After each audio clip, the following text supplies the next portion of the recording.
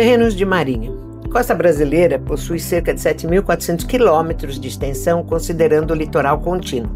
São considerados os terrenos de marinha a faixa de terra situada a 33 metros para o interior da costa marítima, medida a partir de uma linha de pré-amar médio de 1831.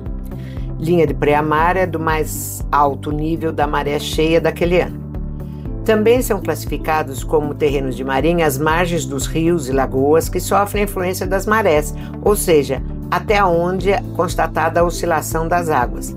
Tais terrenos são propriedades da União e têm como finalidade manter a soberania nacional sobre essas áreas estratégicas, como a costa marítima e as margens navegáveis, sob a influência do mar, além de garantir interesse público.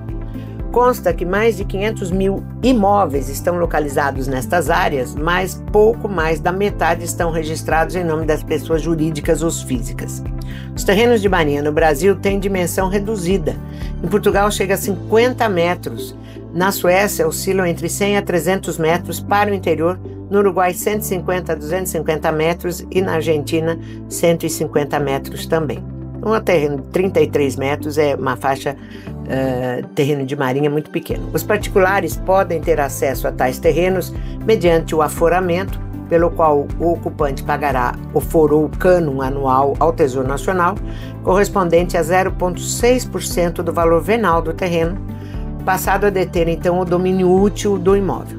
No caso de transferência desse domínio útil entre particulares, será devido à União o laudêmio, equivalente a 5% do valor atualizado do terreno, excluídas benfeitorias. Após o recolhimento aos cofres públicos, será emitida a certidão de autorização de transferência, onde então poderá levar ao cartório de registro de imóveis. Também é possível o particular mediante a ocupação que é mais precário. Nesse caso, o ocupante pagará ao patrimônio da União a taxa de ocupação. Qualquer hipótese, a administração é feita pela Secretaria de Coordenação e Governança do Patrimônio da União. Diversos conflitos surgiram em terrenos desta ordem por conta do pagamento, e leis foram editadas sempre tentando solucionar a questão do pagamento, da possibilidade de cobrar ou não laudêmio, bem como o foro ou cânon. Em 2015, uma lei manteve a cobrança das receitas patrimoniais, mas reduziu seus valores. Posteriormente, outra norma alterou parcialmente diversas leis sobre patrimônio imobiliário público federal, permitindo a alienação de terrenos de marinha considerados áreas urbanas consolidadas. Outros conflitos ainda dizem respeito à transferência do domínio útil entre particulares, pois alguns cartórios de registro de imóveis não exigem a certidão negativa do Serviço de Patrimônio da União. Há ainda títulos de domínio emitidos por órgãos de terras estaduais e municipais a particulares, os quais, segundo o Superior Tribunal de Justiça, não são oponíveis à União. É importante destacar que a emenda constitucional que definiu que ilhas costeiras com sede de município não integram mais o patrimônio da União, por exemplo, a ilha onde está a cidade de Santos, a ilha onde está a cidade do Guarujá, não alcança os seus terrenos de marinha nelas situados. Desta forma, os terrenos continuam pertencendo à União, conforme uma decisão repercussória geral do STF. A especulação imobiliária clandestina tem gerado irregularidades fundiárias generalizadas significativas de degradação ambiental, especialmente com a perda de ecossistemas de manguezais, aumento do nível do mar, pressões decorrentes do desenvolvimento econômico. Torna-se necessária a pacificação dessas situações por meio de legislação que abranja e resolva todos esses conflitos. A gestão dos espaços em terrenos de marinha deve propor estratégias localmente adaptadas, visando uma governança costeira eficaz, equitativa e ambientalmente sustentável que garanta a segurança jurídica de todos os envolvidos. Existem projetos de lei, como na Câmara dos Deputados, o do deputado Kleber Verde, do PRB do Maranhão, que proíbe a estrangeiros e empresas controladas por capital estrangeiro de arrendar bens da União em terrenos de marinha. A proposta também impede que cônjuges estrangeiros herdem tais bens.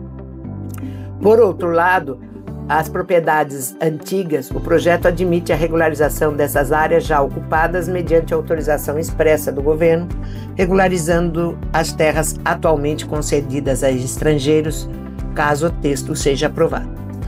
Também há um projeto, uma PEC, chamada PEC das Praias, onde a proposta enfrenta justamente a regularização de todas essas áreas e ela hoje enfrenta uma grande mobilização social contrária à sua aprovação.